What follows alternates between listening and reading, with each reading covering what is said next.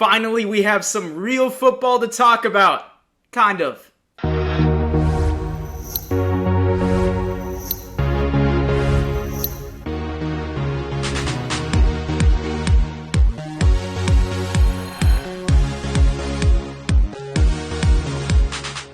What's up, guys? Josh Byrne, the New York sports fan here, and today we're talking Jets preseason football. No, it's not regular season, but I can say with confidence it's a lot better than talking about practice. Practice? What are you talking about? Practice? Anyways, folks, the Jets kicked off their preseason campaign just last week in a 21-16 loss against the Cleveland Browns in the Hall of Fame game. And right off the bat, there were a couple really interesting things. Of course, as expected, Aaron Rodgers did not get the start. They're going to be really careful with him, and they're not going to try to expose him too much in the preseason. But Zach Wilson, I thought, was really impressive. Yeah, he missed a couple throws. Yeah, he tripped over the turf when he could have easily scrambled had he not tripped for an easy first down. But he uncorked a long ball. A 57-yard completion to Malik Taylor, and honestly, one of the best throws, if not the best throw, I have ever seen Zach Wilson make from the pocket. And that's going to be big because when you have a 40-year-old quarterback, albeit a Hall of Famer, albeit a top 5 quarterback of all time as your starter, you still need a competent backup. And I think for a lot of Jets fans, we don't really know if Zach Wilson is a competent backup. But we've heard so many great things from him sitting behind Aaron Rodgers, gaining knowledge from his advice. And I think you really saw it in that first game. I think the game slowed down for him. I know it was a preseason game. It's not the same as regular season, but I think you have to be encouraged because his command, his play style, everything just seemed like a guy who the moment was not too big for. A guy who was ready to take the reins and a guy who honestly seemed prepared. Because as was mentioned after the game, Aaron Rodgers called that play that Zach Wilson completed the huge pass to Malik Taylor on. So Zach Wilson was able to heed the advice from Aaron Rodgers and execute it. And if there were an event where Zach Wilson would have to be the starter for a week or two this season, that kind of play gives you confidence that Zach Wilson can take the knowledge from Aaron Rodgers and utilize it to his advantage, utilize it to this team's advantage. And I think that could be a huge development that not enough people are talking about, and not enough people realize just how vital that could be down the road.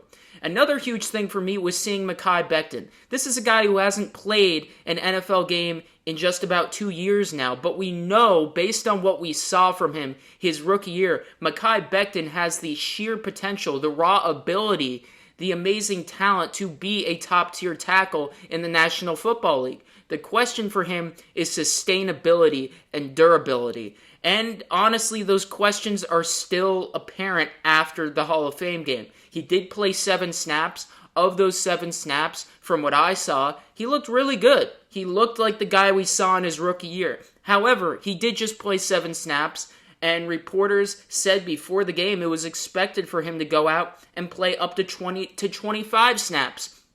So seeing him come out after just a few offensive plays and one special teams play, and hearing him say after the game that the turf wasn't well equipped for his type of knee injury and for his size, it's not exactly encouraging. Now, I'm going to try not to take too much from that because it is preseason, and I understand that Mekhi and the Jets training staff are going to try to go easy and really let him be exposed carefully and slowly over time. But you'd like to see him gain more and more reps as the games go on, and that's certainly something we're going to have to watch. I thought the defense played really well in the first half. First half defense was a lot of the second stringers, a lot of the third stringers, a lot of guys that will play pivotal roles on the depth of this team but aren't necessarily going to be the stars. Guys like CJ Mosley, Sauce Gardner, Quinnen Williams, they did not play in this game. They just didn't. But guys like Bryce Huff, who you will be seeing in the defensive line rotation, did play, and he had a sack, and that was really great to see. And linebacker Jamien Sherwood, who you will also have to see at some point this season because the Jets' linebacking depth isn't exactly a strength, and he is a younger player with some upside. You saw Jamien Sherwood force a fumble out on a kick return. That was great to see as well. But overall, you can only take so much out of a Hall of Fame game. because these are guys playing in the game where the vast majority of them are just playing for their livelihoods. They're hoping not to get cut. And the guys who are playing, while they are trying to shake off the rust from the offseason, they're also trying just as hard not to get injured. So the coaches aren't going to call up their A1 playbook. The players may not necessarily go all out or play as many snaps as they would otherwise in a real regular season game. But nonetheless, there were some very interesting developments from that first game against the Cleveland Browns. And now we go into the regular preseason week 1, where everybody else is playing their first game of the preseason and the Jets are playing their second. And the Jets will be taking on the Carolina Panthers this Saturday at 8 o'clock. And what I'm interested in seeing is more of Zach Wilson, because I think that is the biggest deal for this preseason. What kind of value does Zach Wilson have? Is Zach Wilson ever going to be the starting quarterback of the Jets again? Well, I'll tell you what, I don't know if he's going to be the quarterback in the long term when Aaron Rodgers retires. Because if Aaron Rodgers retires in 3 years, I find it hard to believe that Zach Wilson will still be on this roster. However, as mentioned earlier, Aaron Rodgers is 40 years old. He's had a couple injuries in the past. Heck, last year he was playing through a broken thumb. If, God forbid, Aaron Rodgers had to miss a game or two, you need Zach Wilson to be able to step up and fill a pivotal role on the roster. So it's going to be integral to see him play some more confident football that he did. Him play more competent football like he did last week.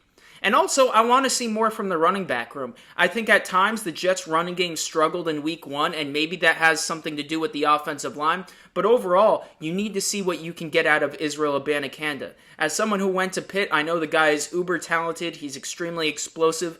But it's hard to predict how that's going to translate at the NFL level, especially in a guy's rookie season where he's learning an entirely new offense. So I'd love to see more of him. Of course, he had one great moment from the Hall of Fame game, a 12-yard rushing touchdown. I'd love to get him the ball more, because the looming cloud over that running back room is whether they're going to sign Dalvin Cook.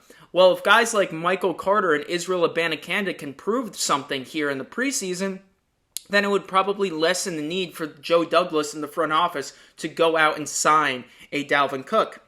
Maybe they can pivot to spending the rest of their cap on some tackle help.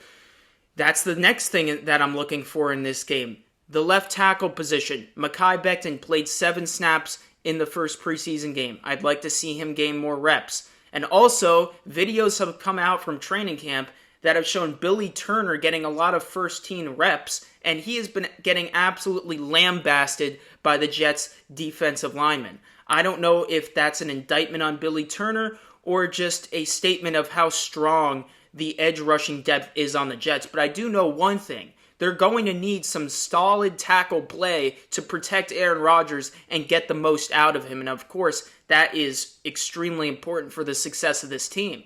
And I'd also like the defense to really play a full 60 minutes. You saw the quality of play kind of decline as the game went on against the Browns, and I understand you got them some third and fourth stringers in there. But I want to see the Jets play a more complete game overall, and it would really mean a lot to show that they have a lot of strong candidates on the defensive side of the football to potentially fill in and or fill out the practice squad, because that can really help you a lot down the line. But let me know what you guys are interested in seeing this week against the Carolina Panthers in the second preseason game for the Jets, and how you felt about their performance in the Hall of Fame game against the Cleveland Browns. Of course, I am Josh Byrne. You're watching the New York Sports Fan, and as always, all the love.